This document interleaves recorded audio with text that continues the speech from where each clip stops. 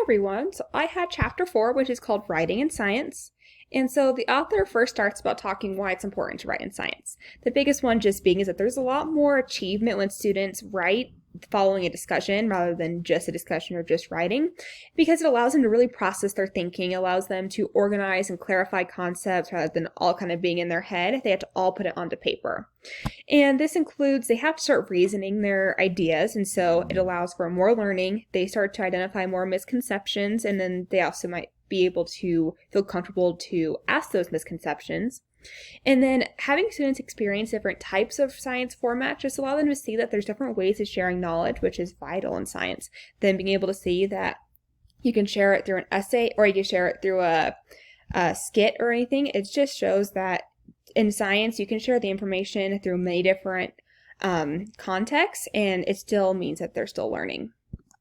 And so the first type of writing task is informal writing task. And so this is helpful because students don't have to worry about spelling or grammar. They only have to worry about putting what's going on through their head, whether that's questions or understanding.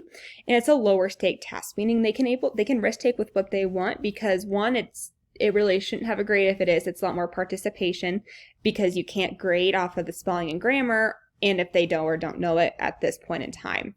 And so they're able to ask questions, they can tell you their misconceptions, they can identify what they need help on, which is helpful. And then it also allows the teachers to have just a different way to monitor progress. So students can write everything throughout the year, and then it can be able to monitor progress from even just beginning of the unit to the end, or from the beginning of the year to the end to see how their writing has improved as well as their science understanding. And so just a few different strategies is the think, write, share, write. This is just like the think, pair, share, and that's where you just have writing in between those steps. The learning log activity is just a log already set up that the teacher makes. That could be like what I learned today, what I have questions on today. A student just fills that out. One thing I really liked was the pose a question strategy, and that's just where students get a note card and they have 30 seconds to a minute to write any questions they had for the day. They are required to write a question, and that's where teachers can able to look at the note card and see what questions students are having, and they can use that the next day. And the 1 minute paper strategy is just a reflective strategy where students have 1 minute on a paper. They write everything they're thinking of, any questions, anything they're confused on, and that's just their time to really put it into words. The next type is formal writing tasks, and this is a lot more formal, like going to be like lab reports, essays, anything of that kind of sort. And so this is where students can really start to make like analogies, metaphors, similes, so they can able to compare concepts to society and other classes and to be able to get a deeper understanding.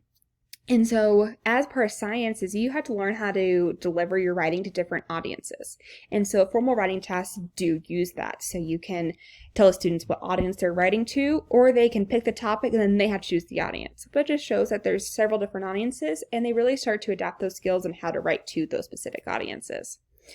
Science is also argumentative. Any research paper you read is trying to sell you on their point, sell you on their views. And so students do sometimes struggle with this because they haven't really experienced that type of writing before.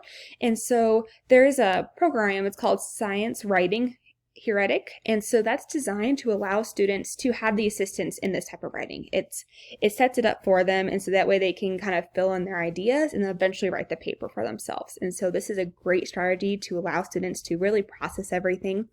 And it goes really well with the 5E lesson plan, just being that in each one there's a question that they're going to fill it out, and then at the end they put that all into an essay or research paper or anything that they would be using. And there's also creative writing tasks, which allow engagement for different types of students. So this could be writing a skit, poem, or anything of that sort. So students that normally don't connect very well to science but get along really well with reading and writing or just creative parts in general can really connect to science in this aspect. And so the only difficult part is assessing the student work can be a little bit difficult. You cannot assess it when it's informal, just because of the way it's set up. That's just for them to process their information. But if students have early on in their knowledge, it's a great way to monitor progress. And so beginning of the unit to the end, or beginning of the year to the end, and assessing the work at the end of the unit is going to be a lot more summative. And so that's where you'd be using a lot more of the formative writing tasks. One of the great ways for you to allow students to be a part of their work is for them to create a rubric with you. And that's them to understand how they're going to be graded. And creating the rubric helps you out as a teacher because you know exactly what you're looking for, specific concepts, specific grammar, or spelling issues. And then allowing students to see good and bad examples of the writing that you would want. And creating the environment is also vital for including writing science. And so the biggest thing is just writing needs to be beginning at the beginning of the semester. And the teacher has to show that they are also doing lots of writing. They keep a journal and they see the importance of all this. In inquiry-based classrooms, the writing is super beneficial because it includes all students. So you can include them asking questions rather than students not feeling comfortable to talk in front of the class. They can keep it in writing. And so ingraining that into the inquiry-based classes is super beneficial. And then just students to be able to feel like they're safe and in a respectful environment allows them to take those risks, ask the questions, state that they aren't understanding anything, and just be honest in their writing. So for the meaningful concepts for me is I really like the journaling idea, just being that they keep a journal, they keep it all in there, they understand it, that is just theirs. And so some teachers might never read it, other teachers might read it every day. It's kind of up to you, but it's just a low stake environment for them to be honest about what they are not understanding. I really liked many of the informal writing tasks because it's great formative assessment and easy to implement. Just as simple as the pose a question strategy with a note card. It takes 30 seconds at the end of the day for the student to write the question, and now you know what you can cover the next day and students are not understanding. And then allowing students to show knowledge through creative writing incorporates more concepts, as well as it just allows more student involvement. And so it's easy to overlook the students that don't like science because they aren't connecting at all, but putting in those parts or aspects, the creative part, or even just any kind of writing is going to connect a lot more of those students. And then I really like the creating a rubric with the students because one, it keeps them accountable, but two, I don't have the best idea of how to grade writing. I don't honestly know how to grade the spelling and grammar, how much you would take off for that. And so including students in that, one, makes it easier on myself, but two, it keeps them accountable for it, and it's a lot easier to grade after that.